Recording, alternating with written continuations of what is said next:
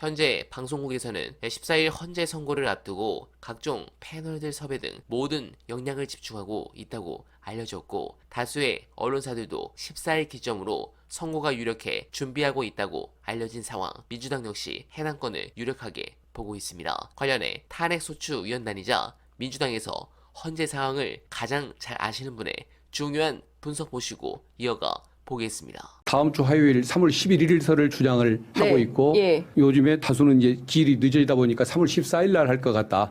다음 주 금요일에 할 것 같다라고들 예측들을 많이 하시는 것 같은데, 이 사안은 아마 그 기일이 저는 다음 주 화요일 날이 될 수밖에 없다라고 2주면 충분한 사건이라고 생각을 했기 때문에 아마 그렇게 지금도 기대를 해보고는 있는데, 근데 화요일 날 잡힐 것 같으면은 금요일 날 정도에 예고를 했어야 되지 않을까요? 물론 2, 3일 전에 예고를 한다고 하는 것인데, 과거에는 이렇게 내란 옹호 세력들까지 나서서 사법부를 침탈하고 테러하는 행위는 없었지 않습니까? 그 부작용 같은 것들을 우려하고 또 보안 문제를 생각하다 보면 꼭 굳이 일찍 알려줘야 할 이유는 없는 것이기 때문에 일요일 날 알려줄 수도 있고 월요일 날 알려줄 수도 있는 것이니까 저는 그 3월 11일 가능성에 대한 기대를 여전히 접지는 않고 있습니다. 그러면 의원님께서는 3월 11일 날, 그러니까 이런 사태가 벌어졌기 때문에 헌법재판소에는 차질 빨리 정리하는 게 낫겠다 이런 판단을 하실 수도 있다. 그거 상관없이 2주면 충분한 사안이기 때문에 저는 그에 대한 그 책임감을 가지고 헌법재판관들이 그때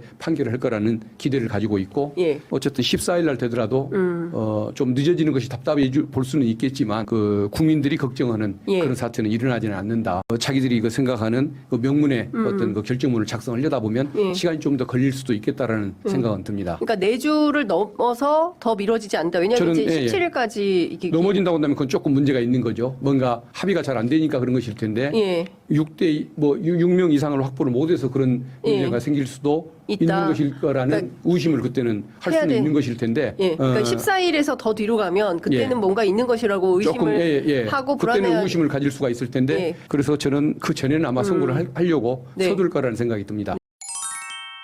네, 공감합니다. 14일 넘어가면 이거 정말 위험한 겁니다. 즉 헌재가 만약 5대3이 되면 판결을 미루는 방식으로 지금 상황을 넘길 겁니다. 새로 임명될 몫의 마은혁 재판관의 판단을 기다리는 관례가 헌재에 존재하고 그걸 기대하고 선고일을 미루겠죠. 그런데 예상대로 월요일 헌재에서 선고한다고 공지가 난다면 그것은 파면으로 간주해도 될 듯합니다. 그런데 아무런 설명 없이 선고가 유보된다면 시중에서 이야기하는 5대3이 맞는 이야기인 셈입니다. 운명의 월요일이 될 것 같습니다. 물론 기각은 가능성이 희박합니다. 이 쟁점들을 보시죠. 이걸 전부 반박해야 합니다. 합법적인 국무회의가 있었다고 해야 하며 국회와 선관위는 헌법기관이 아니라고 판시해야 하고 포고령 역시 합법이었다고 해야 하며 국회의원을 체포하라는 명령도 없었다고 해야 하며 심지어 계몽령이 맞다고 인정해야 기각입니다. 5가지 사안 중에 한 개만이라도 논파를 못하면